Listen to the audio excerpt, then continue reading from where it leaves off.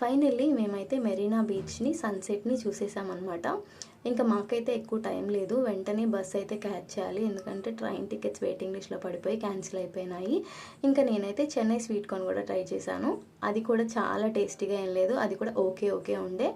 ఇంకా మేము అట్లా తిరుగుతూ ఉంటే బీచ్లో మాకు ఈ ఫ్రెండ్ కనిపించింది. సరే అని చెప్పి తేజ రైడ్ ఇస్తారా అని అడిగారు, ఒంటరిగా అయితే ఇవ్వమన్నారు. ఇంకా దట్టు అవిన్ కూడా ఈ రైడ్లో ఎక్స్పీరియన్స్ చేపిద్దామని చెప్పి ఎవరు లేరు, తను ఒక్కతే కూర్చుంది. అయినా మేము ఎట్లా కొట్టా తినికి ఎక్స్పీరియన్స్ చేయాలని చెప్పి ఇది ఎక్కించాము. షీ ఫెల్ట్ వెరీ హ్యాపీ అనమాట.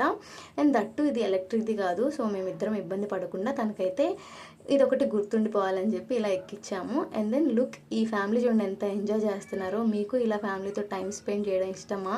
ఎన్ని కష్టాలు ఉన్నా ఫ్యామిలీ అనేది మనకి లైఫ్ లాంగ్ మన రిలేషన్స్లో తోడు ఉంటుంది. So don't miss this beautiful experiences.